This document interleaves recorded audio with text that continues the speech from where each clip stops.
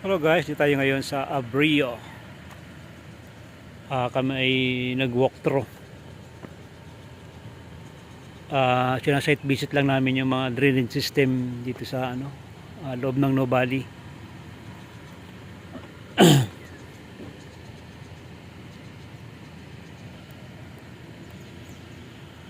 Napaganda ng Abrio na to, grabe. Hindi ko sa harapan ng video yan para makita nyo yung Abrio subdivision.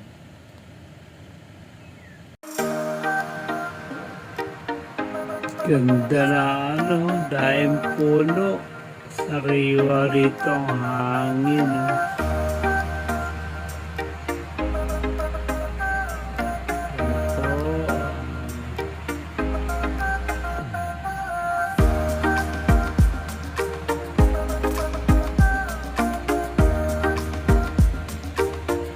Doon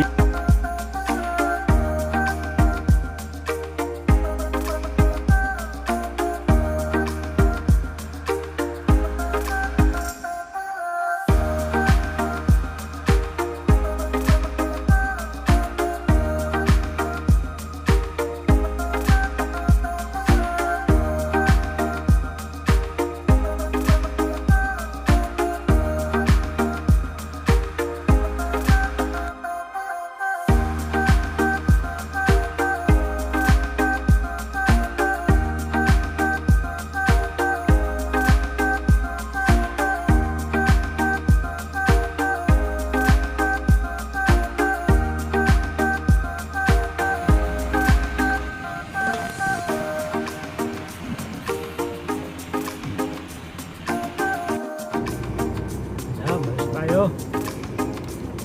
Tapos na yung pangalawang inspection doon sa drainage system.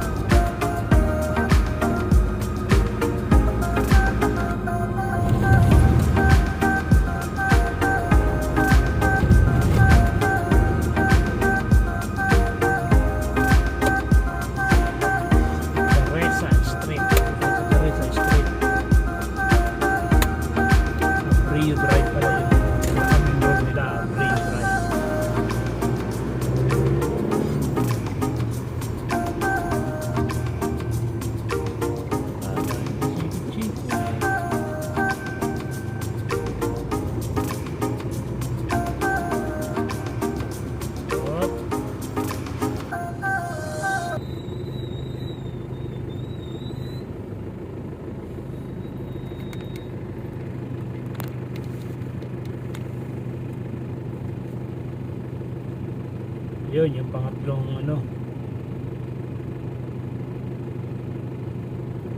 drainage system. Hello guys, dito tayo ngayon sa Ilaro. Kanina galing tayo ng Abrio, ngayon dito tayo ngayon sa sa Ilaro. Dito pa rin to sa loob ng Nuvali.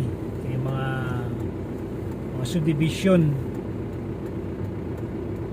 na hawak pa rin ito ng dati project pa rin ito namin dati DC. Yan, inspection namin yung mga drainage system dito sa loob ng Ilaro. Ayun yung mga kasama natin, lagyan natin sa harap ng video mga kasama. Guys, andun pa sila. Sila sa may pangatlong drainage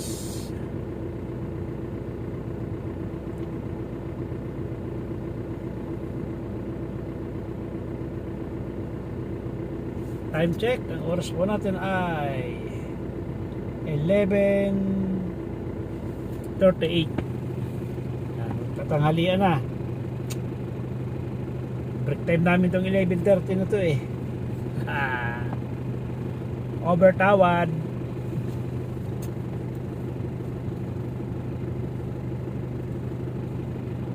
Baka lahat ng ano dito, drainage system sa loob ng Abreu ay ikutan namin.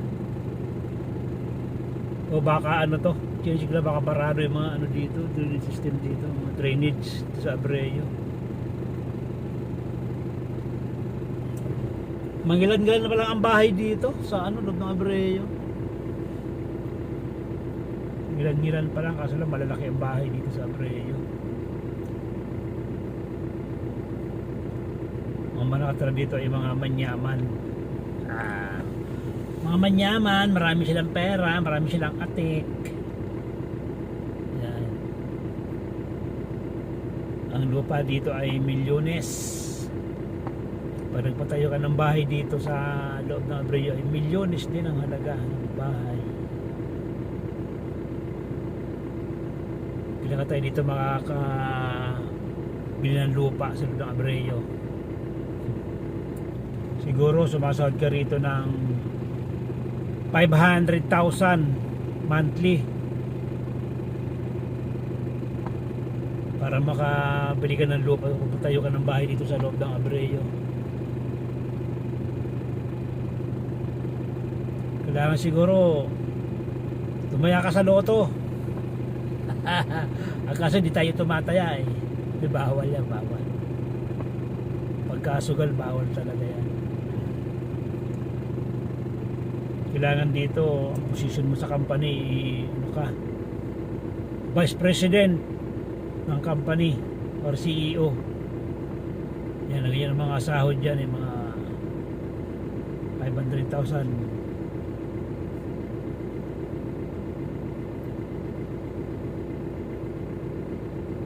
Pagkatapos kaya nito sa punta kaya namin, sana ano to, magpaano sila, blow corner.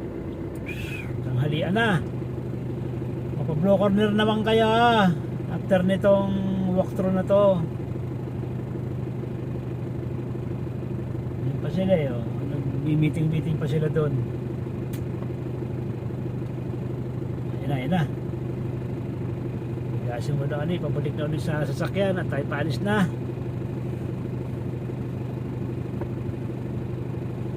Ganito lang muna ang aking video. Yun, paakat na sila sa ano, sa van. Bye muna, bye bye mga kasangga friends, bye bye. Yan, tinitingnan nila yung ano, yung box culvert ng ano, yung pinaka-manhole niya ng drainage system niya.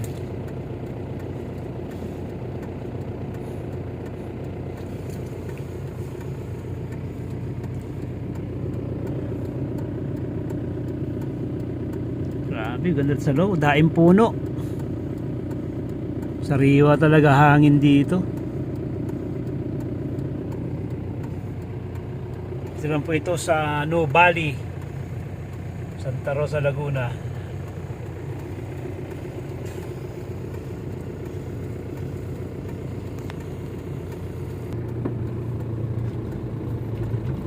Takbo ulit tayo.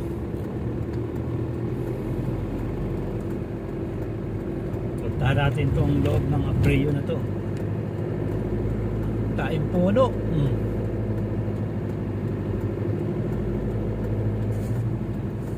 Kahit summer dito, presko. Dahil napakadaing puno.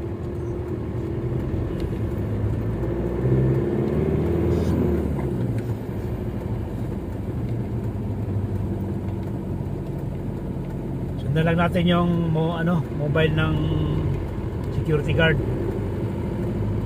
Sila ang nag-guide dito sa atin.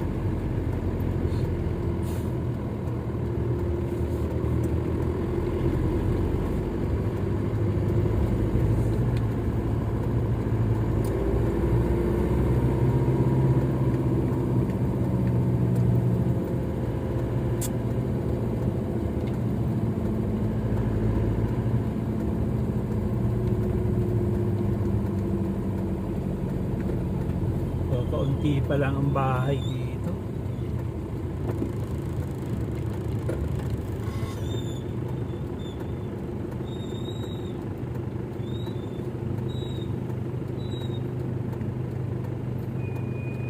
Na yung mga iba pang mga drainage system niya. Nag-walk through yung mga boss natin.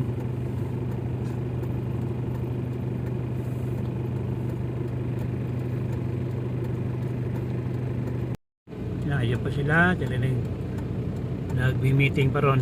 Yan. Ito ang Ilaro, yan, subdivision. Mga malaking subdivision dito sa loob ng Nuvali. Yan. Ang dami rin po nung kahoy dito sa Ilaro. Talagang napaka-presko dito sa Nuvali. Mga subdivision din, napakaraming puno. Yan, ang mga puno rito. Yan, mga akasya, sariwa ang mga damo. Yan, alaga to sa maintenance, sa maintain tong dito mga lote. Yung mga damo niya hindi mahaba. Yan, mga puno, ang lamig dito, presko. Malayo ka sa pollution dito. Dito lang sa Manila, talaga naman napaka-polluted na. Dito na kayo kumuha ng bahay. Huwag kayo magpapatayo. Dito sa Ilaro, yan, sa loob ng Nuvali, Santa Rosa, Laguna. Ayan.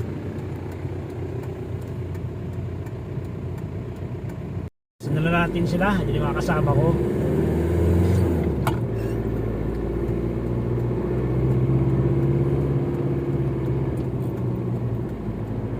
Ginight tayo ng security guard ng Abreo, Nuvali, Santa Rosa, Laguna.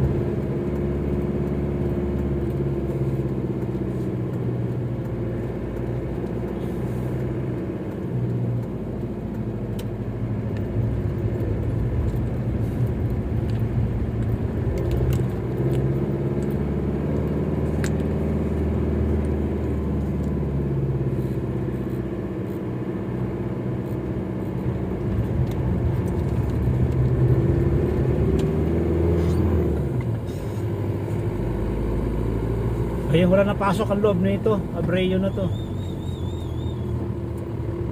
Yung wala siya napasok.